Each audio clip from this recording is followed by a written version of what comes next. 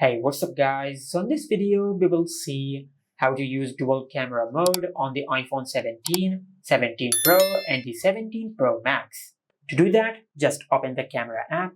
Now just go to video mode. And in video mode, just tap on the 6 dots over here and select dual capture.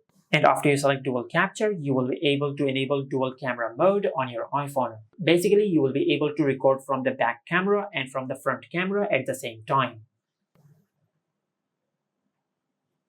Just like that. And once you're finished recording, just tap on the red dot over here. Now, if you go to the Photos app, as you can see, this is the video which we have recorded.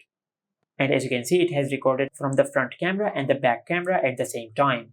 And this is how you can use dual camera mode on the iPhone 17, 17 Pro and the 17 Pro Max. Make sure to like, comment and subscribe. Thank you for watching.